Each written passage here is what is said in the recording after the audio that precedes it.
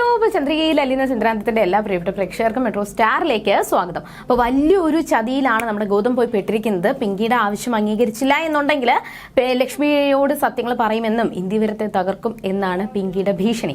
എന്നാൽ ഈ ഒരു ഭീഷണി തകർക്കാൻ വേണ്ടിയിട്ട് നമ്മൾ പിങ്കിയെ തന്നെ പൊളിച്ചടുക്കാൻ വേണ്ടിയിട്ട് വലിയൊരു അസ്ത്രമാണ് ഗൗതമിന് കിട്ടിയിരിക്കുന്നത്.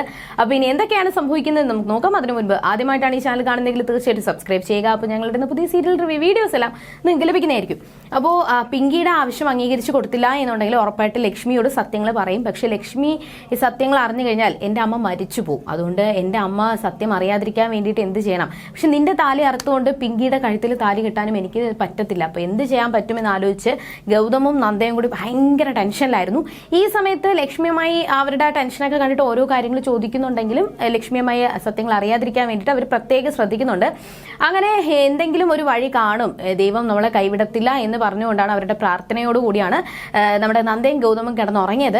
പക്ഷേ ആ ഒരു പ്രാർത്ഥന, നന്ദയുടെ പ്രാർത്ഥനയ്ക്ക് ഫലം കണ്ടു എന്ന് തന്നെ നമുക്ക് വേണമെങ്കിൽ പറയാം. കാരണം രാവിലെ തന്നെ ഗൗതമിന് ഒരു കോൾ വന്നു, അർജന്റ് കോളായിരുന്നു. ഗൗതം കോൾ എടുത്ത് അപ്പോൾ തന്നെ സത്യമാണോ?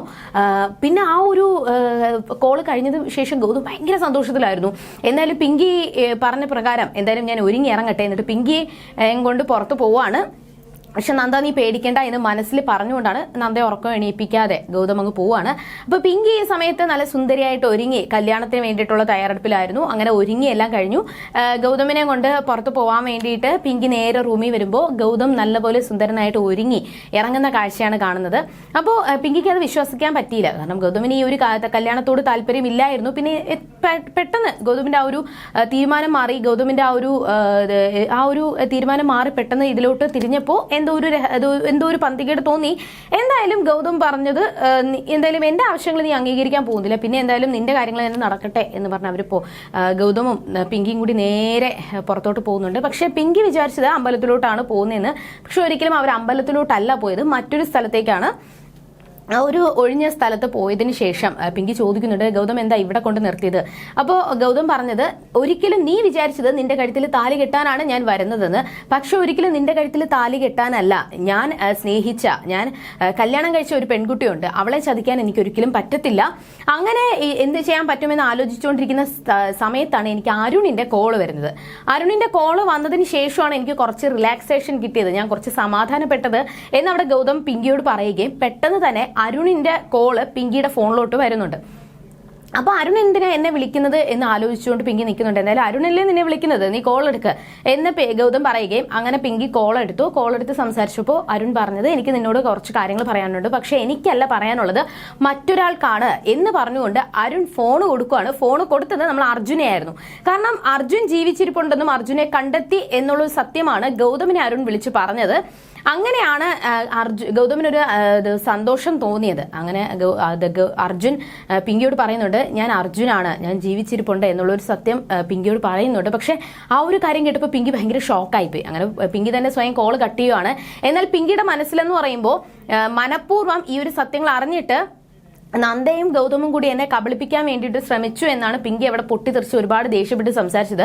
എന്നാൽ ഗൗതം ഒരുപാട് കാര്യങ്ങൾ പറഞ്ഞു. അതിന്റെ കൂടെ ഒരിക്കലും അർജുന്റെ താലിയാണ് നിന്റെ കഴുത്തിൽ കിടക്കുന്നത്, ഞാൻ കെട്ടിയ താലിയാണ് നന്ദയുടെ കഴുത്തിൽ കിടക്കുന്നത്.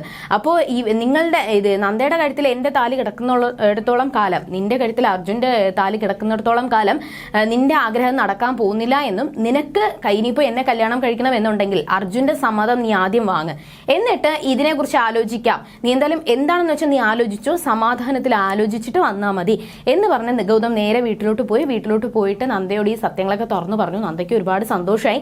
അങ്ങനെ നന്ദയും ഗൗതമും കെട്ടിപ്പിടിച്ച് ഒരുപാട് സ്നേഹത്തോടെ കെട്ടിപ്പിടിച്ച് നിൽക്കുകയും പിന്നെ നന്ദ പറയുവാണ്, എത്രയും പെട്ടെന്ന് നമുക്ക് അർജുനെ തിരിച്ചു കൊണ്ടുവരണം, പക്ഷെ അർജുൻ ജീവിച്ചിരിപ്പുണ്ടെന്നുള്ള സത്യം മറ്റുള്ളവരാരും അറിയണ്ട, ഒരു സർപ്രൈസ് ആയിട്ട് തന്നെ ഇരിക്കട്ടെ എന്നും എത്രയും പെട്ടെന്ന് ഗാഥയും സുജാത ആന്റിയോടും കാര്യങ്ങൾ പറഞ്ഞ് മനസ്സിലാക്കിയിട്ട് അവരെ ഇവിടുന്ന് മാറ്റാം, പിന്നെ നമുക്ക് എന്താന്ന് വെച്ചാൽ അപ്പോൾ നോക്കാം. പക്ഷെ പിങ്കി ഒരിക്കലും സത്യങ്ങൾ പറയുമെന്ന് ഗൗതമോ നന്ദയോ പ്രതീക്ഷിച്ചില്ല.